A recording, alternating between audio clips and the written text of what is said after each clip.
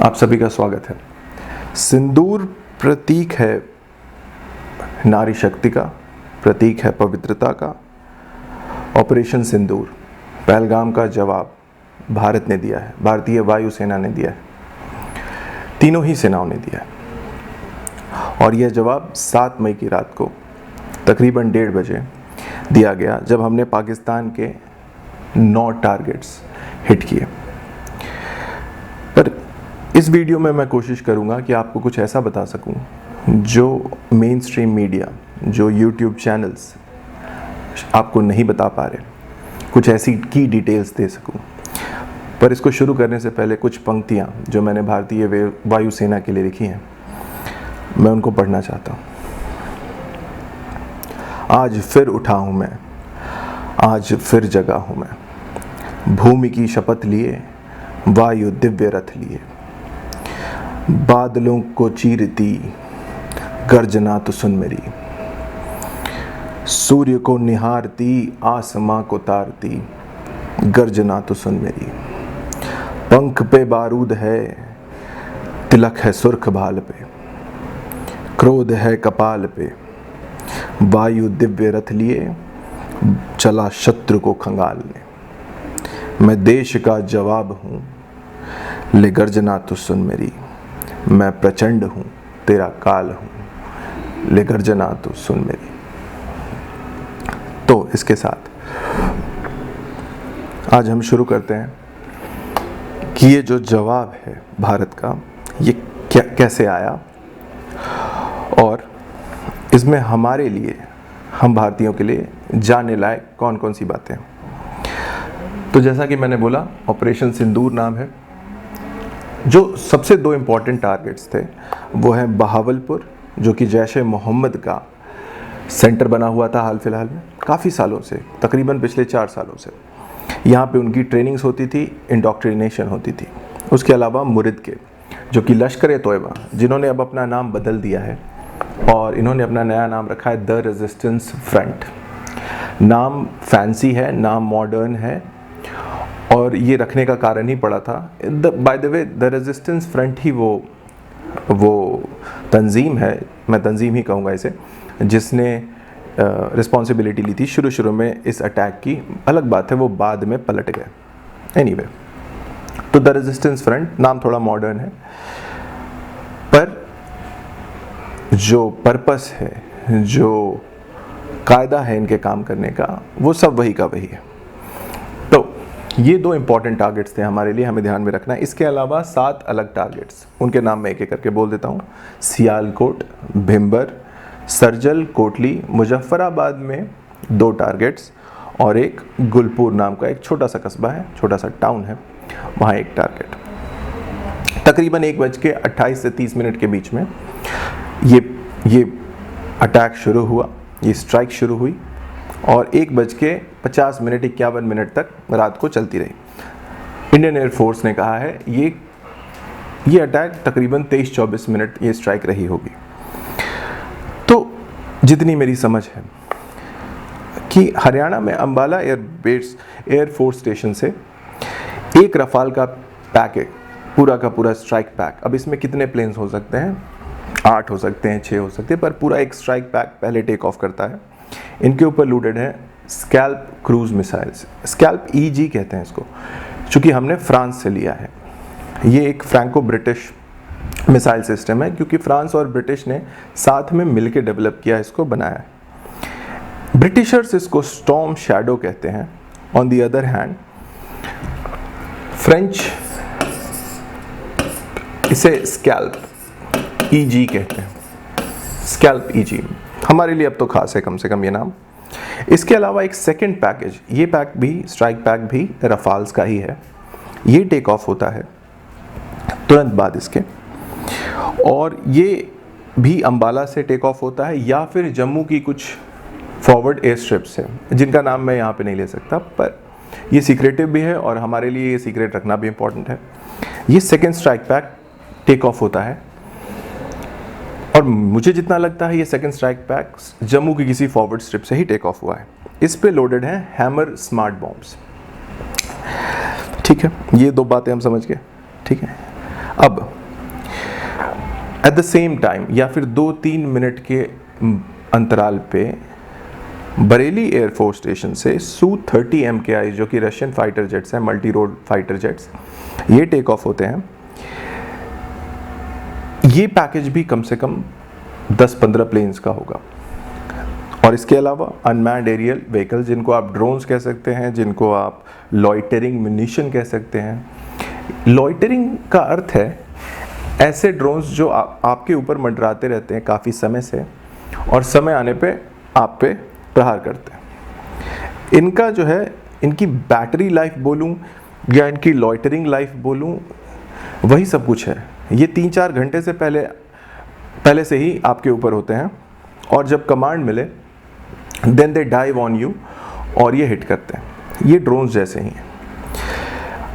ये भी नागास्त्र हो सकते हैं क्योंकि हमने खुद से नागास्त्र बनाए हैं, लॉइटरिंग म्यूनिशन, या फिर इजराइल द्वारा दिए गए हैरोप हो सकते हैं, HAROP, जो IAI ने बनाए हैं इजराइल के। तो कोई भी अभी इस वक्त फॉग ऑफ वॉर में कोई नहीं बता सकता कि टोटल कितना बड़ा स्ट्राइक पैकेज था। पर जब मैं पाकिस्तान प्रधानमंत्री शहबाज शरीफ को सुनता हूँ उनके पार्लियामेंट में भाषण देते हुए, तो उन्होंने बड़े बड़े क्लेम्स किए कि 5 जेट्स गिरा दिए।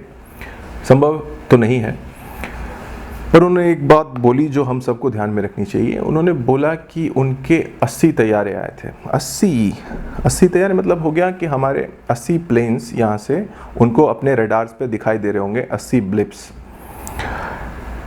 तो मैं उतना नहीं मानूं तो भी 60-70 हो सकते हैं जो हमारा स्ट्राइक पैकेज होगा, जो अलग अलग लोकेशन से एंटर हुआ होगा पाकिस्तान में, क्योंकि सबके टारगेट्स अलग अलग हैं जो मैंने आपको बताया। ठीक है, सबसे पहले मैं बताना चाहता हूँ आपको इस मिसाइल के बारे में जिसका नाम है स्कैल्प या स्टॉर्म शैडो। ठीक है, जैसा मैंने बताया, इसमें इंपॉर्टेंट बात जो आ जाती है वो है लो ऑब्जर्वेबल।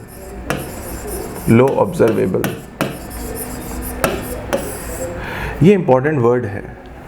कहने का मतलब सीधे मोटा मोटी वाले सीधे साफ लफ्ज़ों में होगा कि ये स्टेल्थ मिसाइल्स हैं, इनको रडार पे देखना और पहचानना थोड़ा मुश्किल है।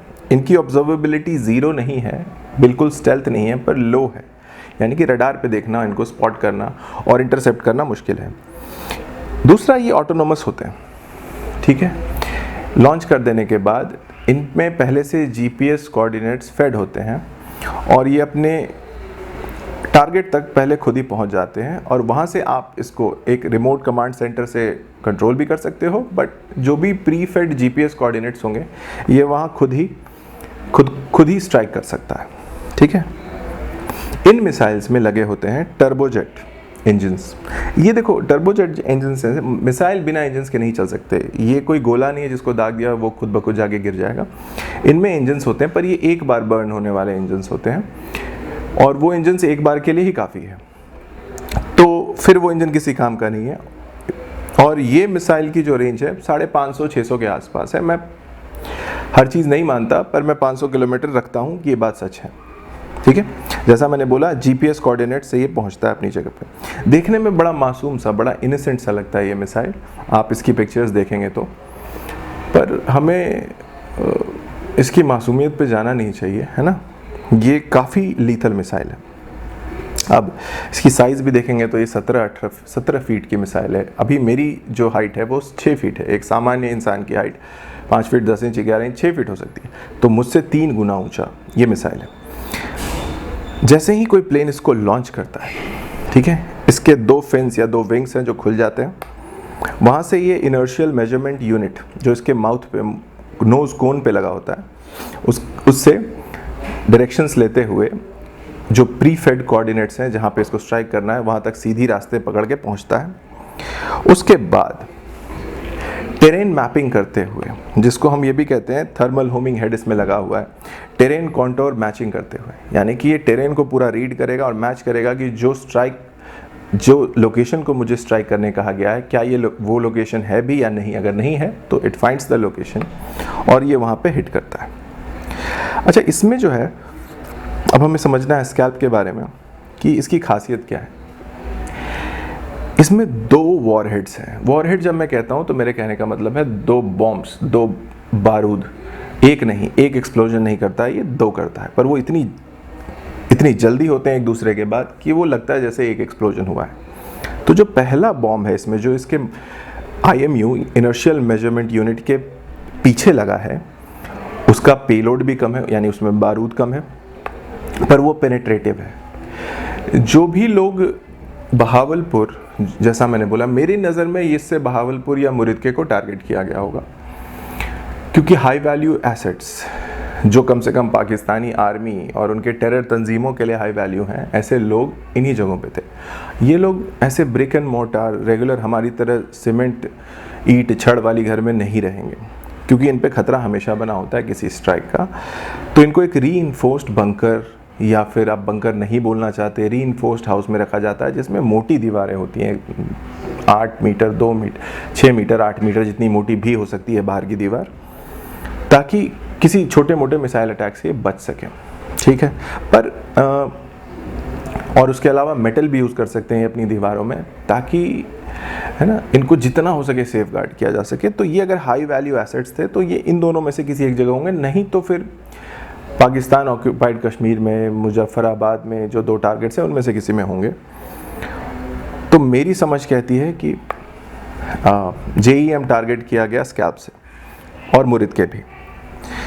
तो पहला जो बॉम्ब है, इसका जो पहला वॉरहेड है वो पेनेट्रेटिव, उसका काम सिर्फ ये है कि वो पहली दीवार को छेदता हुआ अंदर जाए। भले, और वो कहाँ तक कर सकता है ये काम, वो 15 मीटर तक की दीवार को छेद सकता है। 15 मीटर नहीं, 15 फीट तक की दीवार, 15 मीटर तो बहुत ज़्यादा है, 15 फीट 16 फीट तक की दीवार को छेद सकता है। इससे मोटी दीवार आप क्या ही बनाएंगे, और मुझे लगता नहीं इतनी मोटी दीवार बनने वाली है उनसे, पर फिर भी। तो ये इसका काम है। और जब ये गैप बना देता है तो जो सेकंड वॉरहेड है, जो सेकंड एक्सप्लोसिव है, जिसका पेलोड ज़्यादा है, जिसमें एक्सप्लोसिव कैपेबिलिटी ज़्यादा है, वो उस गैप से एंटर होते हुए अंदर जाके फटता है। तो उसका काम ही है कि it will enter and explode. पहले वॉरहेड ने जगह बनाई, दूसरा उसके बाद एंटर करके एक्सप्लोड करता है। तो हमने ये यूज़ क्यों किया, क्योंकि इसमें प्रिसीजन है, इसमें एक्यूरेसी है, ये अपने टारगेट्स को मिस नहीं करेगा। 2 पतले मकानों के बीच में भी अगर एक पतली सी गली है जिसमें एक मकान है, तो ये वहाँ तक पहुँच जाएगा और इसमें कोई कोलैटरल डैमेज नहीं होगा। आर्मी चाहेगी, एयरफोर्स चाहेगी कि अगर हम किसी टेररिस्ट को मार रहे हैं, अपने टारगेट को मार रहे हैं, तो उसके आसपास रहने वाले मासूम लोग ना मारे जाएं। उसको बोलते हैं कोलैटरल डैमेज। हम नहीं चाहते कि ऐसा कभी हो। Professional units, professional armies, professional air force ऐसा नहीं करते। तो थोड़ा स्लो है ये मिसाइल, इसको इंटरसेप्ट किया जा सकता है, पर पाकिस्तान ने जो चाइना के एयर डिफेंस सिस्टम्स यूज़ किए हैं वो कॉम्पिटिटिव नहीं हैं, वो अप टू द मार्क नहीं है, और उनसे ये नहीं हुआ। इसका जवाब चाइना को आने वाले समय में पाकिस्तान को देना पड़ेगा। तो फिर भी ये इतने एक्यूरेट हैं कि हमने ये, और ये रफाल्स के साथ ऑलरेडी इंटीग्रेटेड है। इनको लोड किया जा सकता है MiG-29 पे भी, पर आई एम वेरी श्योर कि हमने रफाल से इनको लॉन्च किया उस दिन। Su-30 के साथ ये इंटीग्रेटेड अभी नहीं है भारत में।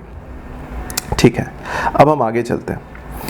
दूसरा पैक जो मैंने आपको बताया था, रफाल्स का टेक ऑफ हुआ प्रॉबेबली जम्मू के किसी फॉरवर्ड एयर स्ट्रिप से या फिर अम्बाला से। उस पे लोडेड होंगे हैमर स्मार्ट बॉम्ब्स। ये भी फ्रेंच है, पर ये उसी कंपनी ने बनाया है जिसने रफाल जेट्स के इंजन्स बनाए हैं, साफरान और भारत, ये दोनों मिलके, दोनों कंपनियों ने इसको डेवलप किया है।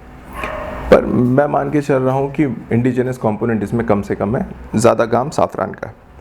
ये डीप स्ट्राइक के काम आता है, और हमने यहाँ पे पाकिस्तान में डीप स्ट्राइक्स ही किए हैं। हमने कोई सिर्फ पाकिस्तान के बॉर्डर पे छोटे मोटे टेरर के अड्डे नहीं उड़ाए हैं, हमने एक्चुअली पाकिस्तान के 100, 200, 300 किलोमीटर दूर से डीप स्ट्राइक की है। अच्छा, मैं एक बात क्लियर कर दूं, इन स्ट्राइक्स में पिछले बार वाली कोई गलती नहीं हुई है। 2019 वाली किसी भी इंडियन फाइटर जेट ने LOC क्रॉस नहीं की। ये जो 12 दिन लगे 22 सितंबर से 22 अप्रैल से जब पहलगाम अटैक हुआ, 7 तारीख तक 12-14 दिन जो लगे, वो इन्हीं कॉम्बैट प्रैक्टिसेस के लिए लगे, ताकि ये गलती दोबारा ना हो। और चूँकि सारे जो मिसाइल हम लॉन्च कर रहे हैं ये बियॉन्ड विजुअल रेंज मैंने ऑलरेडी काफ़ी समझाया है कि ये 300-400 किलोमीटर की मारक क्षमता रखते हैं। और जब आप 500 किलोमीटर से कोई मिसाइल लॉन्च कर सकते हो, तो आप, इसका मतलब है आप LOC के इस तरफ भारत से ही ये मिसाइल्स लॉन्च करके यू टर्न मार के लौट सकते हो, ये सेफ्टी होगी आपके पास। तो इनमें ये स्टैंड ऑफ कैपेबिलिटी है। तो जब भी कोई वर्ड यूज़ करता है स्टैंड ऑफ कैपेबिलिटी, उसका मतलब ही यही होता है कि आप अपनी टेरिटरी में, अपनी सीमा में रहते हुए इन मिसाइल्स को लॉन्च कर सकते हैं और ये 500 किलोमीटर दूर जाके बॉर्डर के उस तरफ गिरेंगे और इतनी एक्यूरेसी के साथ गिरेंगे कि आप जिस बिल्डिंग के जिस फ्लोर को टारगेट करना चाहते हो 90% चांस है कि ये वहीं जाके गिरेंगे, आसपास कोई क्षति नहीं होगी। तो जब आपके पास ये स्टैंड ऑफ कैपेबिलिटी है तो आप क्यों जाएंगे दूसरे की टेरिटरी में? उसमें खतरा है कि आप उनके एयर जेट्स को फाइटर जेट्स को इंगेज करेंगे और उनके एयर डिफेंस सिस्टम्स को भी एक्टिवेट कर देंगे। वो रिस्क हमें लेने की ज़रूरत नहीं पड़ी है इस बार। जो हैमर हैं वो उनमें वॉरहेड 250 किलोग्राम बॉम्ब का होता है, 250 किलोग्राम का होता है, यानी एक्सप्लोसिव कैपेबिलिटी जो बॉम्ब्स हैं। पर अब ये डिपेंड करता है कि ऑपरेशन रिक्वायरमेंट क्या है। एक वीडियो आया पाकिस्तान की तरफ से जिसमें कुछ बाइकर्स रोड पे हैं, उनके सामने एक बॉम्ब आके काफ़ी दूरी पे 300-400-500 मीटर पे फटता है। जो एक्सप्लोजन मैंने देखा, जो फ्रैगमेंटेशन मैंने देखा फटने के बाद, मैं कोई एयरफोर्स इनसाइडर नहीं हूँ इस वक्त, पर मैं गेस कर रहा हूँ कि 500 किलो का वॉरहेड यूज़ किया इंडिया ने। 500 या फिर 1000 किलो वॉरहेड भी हो सकता है, पर वो 125 किलो वाला वॉरहेड वाला नहीं था। यानी कि इस हैमर बॉम्ब में, स्मार्ट बॉम्ब में आगे जो एक्सप्लोसिव होता है वो 500 किलो या 1000 किलो का हो सकता है, 250 किलो का भी हो सकता है जैसा मैंने बोला। पर मेरी समझ में आता है कि इंडिया ने 500 या 1000 ही किया है, क्योंकि जहाँ पे क्या है वहाँ पे सिंगल अटैक है, उसके बाद दोबारा कोई बॉम्ब उस टारगेट पे आगे नहीं गिरा। और अगर आप सिंगल अटैक में एक लोकेशन को एलिमिनेट, एक टारगेट को एलिमिनेट करना चाहते हैं जो कि ऑलरेडी किसी रीइंफोर्स्ड हाउस में रह रहा है, तो आप हाई एक्सप्लोसिव चाहेंगे, तगड़ा एक्सप्लोसिव चाहेंगे। तो यही है मेरी समझ। इसमें इंजन, इस हैमर बॉम्ब में भी इंजन है जो कि ऑब्वियसली मैं बता चुका हूँ, सॉलिड रॉकेट मोटर होगा इसमें, जो इसको प्रोपेल करके प्लेन से लॉन्च करने के बाद वहाँ तक लेके जाता है। ये भी स्टैंड ऑफ कैपेबिलिटी रखता है, पर इसकी रेंज 70-80 किलोमीटर से ज़्यादा नहीं है। जैसा मैंने बोला था स्कैल्प, उसकी रेंज तो 500-550 किलोमीटर, इसकी 70-80 से ज़्यादा नहीं है। इसका मतलब जिन फाइटर जेट्स ने इनको लॉन्च किया वो LOC के काफ़ी पास गए होंगे। यहाँ नहीं कि बॉर्डर के अंदर से 100 किलोमीटर से मार दिया, नहीं, वो LOC को लगभग टच करके लौटे होंगे। तो इसमें रिस्क तो है, पर ये किया होगा। और इनको बहावलपुर, मुरिदके पे लॉन्च नहीं किया जा सकता। मेरी समझ कहती है कि हमने जो देखा, इसको टारगेट किया होगा इन्होंने कोटली या मुजफ्फराबाद, जो कि पाकिस्तान ऑक्यूपाइड कश्मीर और बॉर्डर के पास है, जो इस रेंज में आते हैं 70-80 किलोमीटर की, ताकि हमारे प्लेन्स अपने बॉर्डर के अंदर से मार भी लें और वहाँ पे 70-80 किलोमीटर के अंदर जो टारगेट्स हैं वो एलिमिनेट हो जाए। तो ये भिम्बर हो सकता है, सर्जल हो सकता है, कोटली या मुजफ्फराबाद हो सकता है ना, इनमें हैमर ही यूज़ हुए। ठीक है, तो ये जहाँ तक मेरी समझ है, ये मैं सोच रहा हूँ कि ऐसा हुआ होगा। और अगर वो वीडियो की बात है जो मैं कह रहा हूँ कि वहाँ हैमर यूज़ हुआ है, एक तो वो श्योर नहीं हूँ मैं कि वो वीडियो कहाँ का है, वो मुजफ्फराबाद का है, बहावलपुर का, कहाँ का वीडियो है वो, पर आप यूट्यूब पे देख सकते हैं। पर मेरी समझ यही कहती है। अब जो UAVs भारत ने यूज़ किए थे, हाँ पूछेंगे सुकोई 30 जो मैं कह रहा हूँ कि बरेली से शायद टेक ऑफ हुए, इन पे ब्रह्मोस लोडेड होगा। ठीक है, ब्रह्मोस आपको ऑलरेडी पता है लॉन्ग रेंज मिसाइल है, एयर टू सरफेस मिसाइल है। तो इन्होंने फिर क्या टारगेट किया? अब मैं सोचता हूँ कि इन्होंने इसको यूज़ किया होगा ब्रह्मोस को। ब्रह्मोस में क्या खासियत है? उसकी काइनेटिक एनर्जी बहुत है, उसको हवा में इंटरसेप्ट करना बहुत मुश्किल है। उसमें तो रैम जेट टेक्नोलॉजी भी है जो उसकी स्पीड को काफ़ी तेज़ कर देती है। पर मैं फिर भी सोचूं तो आपने उससे क्या टारगेट किया होगा? आई डोंट थिंक ये हाई वैल्यू एसेट्स टारगेट हुए हैं उससे। या तो आपने कोई एम्यूनिशन डंप जो कि ये बॉर्डरिंग एरियाज़ में थे, इन नॉन टारगेट्स में कोई ना कोई 2-3 तो होंगे, या फिर कोई रेडार साइट्स, पाकिस्तान की कोई रेडार साइट, उसको टारगेट किया होगा ब्रह्मोस से। रेडार साइट्स को उड़ाना बहुत बड़ी कामयाबी मानी जाएगी यहाँ पे। तो मुझे लगता है ब्रह्मोस का इस्तेमाल सुकोई से हुआ और वो एम्यूनिशन डम्प्स या रडार्स के लिए हुआ। पर ठीक है, इसके अलावा जो मैंने बोला कि जो हमने अनमैन्ड एरियल व्हीकल्स, जिनको आप ड्रोन्स भी कह रहे हैं, लॉइटरिंग म्यूनिशन, लॉइटरिंग का वही मतलब है कि वो आपके ऊपर मंडराते रहेंगे। हो सकता है इन्होंने तो 1:30 बजे से पहले ही वहाँ पहुँच गए होंगे। लॉइटरिंग म्यूनिशन ये बहुत लो उड़ते हैं, 200-300 मीटर की हाइट पे। अगर उस हाइट पे उड़ते हैं तो इनको रडार्स पे देखा जा सके मुश्किल है ना। टेरेन का फ़ायदा उठाते हुए रहते हैं। टेरेन मास्किंग तो वो भी करता है स्कैल्प पीजी, वो भी बहुत लो उड़ता है अपने फाइनल स्टेज ऑफ फ्लाइट में। तो पहाड़ों के बीच से अगर आ रहा है स्कैल्प, तो आप पहाड़ों के बीच रडार पे उसको कैच नहीं कर सकते, रडार पे वो इमर्ज ही नहीं होगा। ये फ़ायदा तो लॉइटरिंग म्यूनिशन में भी है। और ये आपको 1:30 बजे भेजने की ज़रूरत नहीं थी रात को, ये हो सकता है 10 बजे 12 बजे से वहाँ होगा, 1 घंटे पहले से होगा। और इसको हमेशा किसी छोटे मोटे टारगेट पे ही यूज़ किया गया होगा जिसको भेजना आसान है, और जहाँ पे एयरफोर्स आर्मी चाहे कि हम अपने मर्ज़ी से स्ट्राइक का टाइम चुनें।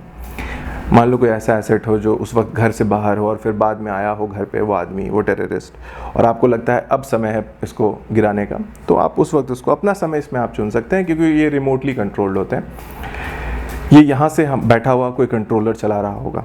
जैसा मैंने बोला, ये इजरायली ड्रोन्स हो सकते हैं, इजराइल हमारा मित्र देश है, उनके ड्रोन्स हो सकते हैं, या फिर नागास्त्र हो सकता है। नागास्त्र में एक प्रॉब्लम है, ये एक तो इंडिजिनस है, हमने खुद बनाया है। नागपुर सोलर इंडस्ट्रीज़, आप एक बार चेक करें, शायद यही है जिन्होंने इसको बनाया है। पर इसकी जो लाइफ है, इसकी जो लॉइटरिंग लाइफ है, कितनी देर तक ये मंडरा सकता है, वो 60 मिनट ही, 1 घंटा है। ये बहुत अच्छा नहीं है फ़िलहाल के लिए, और रिमोटली ऑपरेटेड तो है, तो ये यूज़ हो सका होगा। नहीं तो फिर ये IAI हैरोप्स यूज़ हुए होंगे, क्योंकि उनकी लॉइटरिंग कैपेबिलिटी 6 घंटे की है। तो वो आप 2 घंटे पहले से भी भेज सकते हो, वहाँ पे लॉइटर करता रहेगा, मंडराता रहेगा, जब आपको समय लगे आप वहाँ उसको गिरा सकते हो। और इसकी जो रेंज है वो भी 200 किलोमीटर है। अब ये क्या है, परफेक्ट हो जाता है। इतनी बड़ी रेंज से आप इस ड्रोन को कहीं भी पाकिस्तान के अंदर भेज सकते हो। तो मेरी समझ कहती है कि इजरायली ड्रोन्स हमने यूज़ किए। तो ये सारे पॉइंट्स मैंने आपको बता दिए। अब वीडियो ख़त्म करने से पहले मैं एक छोटी सी पॉइंट को यहाँ उठा देता हूँ। पाकिस्तानी प्रधानमंत्री शहबाज शरीफ का कहना है कि उन्होंने 5 भारतीय फाइटर जेट्स गिरा दिए, जिनमें उन्होंने 3 रफाल्स कहा है और 2 और। ये संभव नहीं है, ठीक है, ये संभव नहीं है। रफाल की जो एबिलिटी है वो 4.5th जनरेशन फाइटर है। अगर एक भी मैं मान लूँ कि गिरा दिया तो ये बहुत बड़ी कामयाबी हो जाएगी पाकिस्तान के लिए, जो संभव नहीं लग रहा मुझे इस वक्त। कारण बता देता हूँ। पहले तो कि स्टैंड ऑफ रेंज से इन्होंने फायर किया है, ये पहले नहीं एयरफोर्स ने प्लान कर लिया था कि हम उस रेंज से फायर करेंगे जहाँ से हम लौट सके फायर करने के बाद, बिना पाकिस्तानी एयर डिफेंसेस या पाकिस्तानी फाइटर जेट्स की रेंज में आए बिना। पहले ही वो इंडियन टेरिटरी में है और वहाँ से यूटर्न लेके वो वापस आके लैंड कर जाएं। पर एक बार मैं मान लूँ कि स्कैल्प जैसे मिसाइल या हैमर जैसों को लॉन्च करने के लिए रफाल्स को पहले टेक ऑफ करने के बाद एक हाई ऑल्टीट्यूड पे जाना पड़ा होगा, ऊंचाई पे जाना। क्योंकि किसी भी मिसाइल को लॉन्च करने से पहले अगर आप उसको अच्छी ऑल्टीट्यूड दे दें, ठीक है, और अच्छी स्पीड दे दें, दोनों दे दें, तो इसका फ़ायदा मिसाइल की काइनेटिक एनर्जी बढ़ाने में बहुत काम आएगी ये बात। और हर पायलट यही करता है, पहले एक अच्छी ऑल्टीट्यूड जितनी हो सके वहाँ पे जाके एक high speed, high nose angle से मिसाइल लॉन्च करने की कोशिश करेगा। कई बार डाइविंग एंगल, यानी कि प्लेन नीचे हो, उससे भी कर सकते हैं। पर मेरी समझ कहती है कि हाई ऑल्टीट्यूड से फायर किया गया। और मेरी समझ ये भी कहती है कि रफाल्स पे सिर्फ स्कैल्प्स लोडेड होंगे और हैमर्स लोडेड होंगे, पर कोई भी एयर टू एयर मिसाइल, जो कि इंडिया के पास बहुत केपेबल मिसाइल है, मीटियोर, ये मिसाइल एमरैम से, जो कि पाकिस्तान के पास है, उनसे भी बहुत एडवांस है।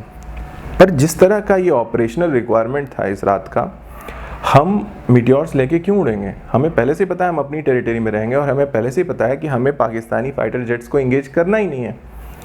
हमें ना उनसे BVR कॉम्बैट करना है, बियॉन्ड विजुअल रेंज वाला, ना हम, और डॉग फाइट का तो कोई सवाल ही नहीं है, क्योंकि हम अपनी टेरिटरी में हैं, वो इधर आएंगे नहीं, हम उधर जाएंगे नहीं, कभी मुलाकात होगी नहीं, तो डॉग फाइट हो नहीं सकता।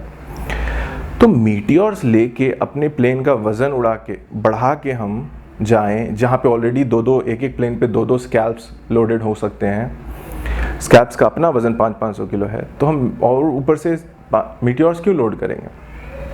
तो जिस तरह की ऑपरेशनल रिक्वायरमेंट थी, मेरी समझ कहती है कि एयरफोर्स चीफ्स ने डिसाइड किया ही होगा कि हम एयर टू एयर इंगेजमेंट देख नहीं रहे होता हुआ, तो हम मीटियोर्स लोड नहीं करेंगे। इस केस में हुआ यही हो सकता है कि सारे रफाल्स टेक ऑफ होंगे, they go to a high altitude, ऊंचाई पे जाएंगे, मैक्सिमम स्पीड से स्कैब्स को लॉन्च करेंगे। अब यहाँ पे आप पाकिस्तानी एवैक्स और पाकिस्तानी रडार्स पे क्लियरली दिख जाते हो, और उनको शायद ये भी दिख जाता है कि आपने कोई प्रोजेक्टाइल लॉन्च कर दी है, कोई मिसाइल लॉन्च कर दी है, सो वो फ्री फील कर सकते हैं आप पे फायर करने के लिए, जबकि आप इंडियन टेरिटरी में हो। तो आप फायर कर भी दिए जाओगे, फिर भी रफाल्स के पास बहुत वक्त है, क्योंकि अब वो अनलोड हो चुके हैं, उनका वज़न खाली हो चुका है, बहुत वक्त है मनूवर करके वापस निकल जाने के लिए। इस समय में कोई भी AMRAAM या कोई भी मिसाइल कैचअप नहीं कर पाएगी रफाल्स के साथ, ठीक है। पर जैसा मैंने सारा समझा दिया आपको कि अगर बहुत वर्स्ट केस सिनेरियो भी मैं मान लूँ कि कोई एक रफाल जो ये अनलोड करने में थोड़ा लेट हो जाए, या फिर अनलोड करके नीचे हाई डेंसिटी एयर में आने में थोड़ा लेट हो जाए, रडार्स पे तो सारे दिख गए होंगे, तो वो फंस सकता है। पर जैसा मैंने बताया, रफाल की जो कैपेबिलिटी है और जिस तरह का ये ऑपरेशन था, संभव नहीं है। जितना वक्त मिला था एयरफोर्स को, ये संभव नहीं है। और एक बार रफाल हल्का हो गया, उसने अपना सारा पेलोड गिरा दिया, ड्रॉप टैंक्स हैं तो मुझे नहीं लगता ड्रॉप टैंक्स लेके गए होंगे, कोई रिक्वायरमेंट ही नहीं है उसकी, तो वो एक बार वो हल्का हो गया तो वो बहुत तेज़ी से मनूवर करके निकल सकता है, वो बहुत तेज़ी से हाई ऑल्टीट्यूड से लो ऑल्टीट्यूड पे आ सकता है। और अगर कोई मिसाइल लॉक भी कर ले उसको, तो भी वो मिसाइल उसको पकड़ नहीं पाएगी, क्योंकि आप मिसाइल की मिनिमम अबॉर्ट रेंज में आ ही नहीं रहे हो, है ना। नो एस्केप जोन जो मिसाइल का होता है AMRAAM का, जो पाकिस्तान फायर करेगा, ये रफाल्स उसमें थे ही नहीं।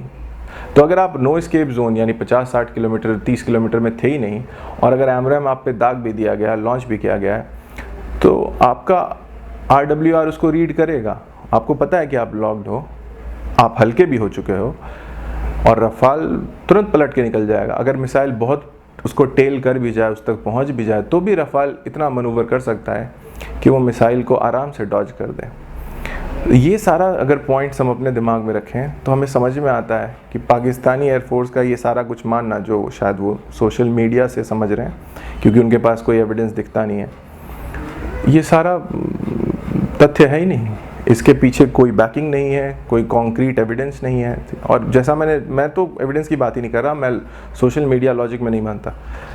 मेरी समझ कहती है कि जो पॉइंट्स मैंने आपको बताए, आप उस पर सोचिए और बताइए कि क्या ये संभव है। नहीं संभव है, नहीं संभव है, ठीक है। तो इसके बाद आगे भी रिटेलिएशंस हुए हैं, आज उस पर भी मैं डिस्कस करूंगा, पर इस वीडियो के लिए इतना काफ़ी है, आई बिलीव, ठीक है। सो आई होप आपने कुछ नया जाना हो। Thank you so much. जय हिंद।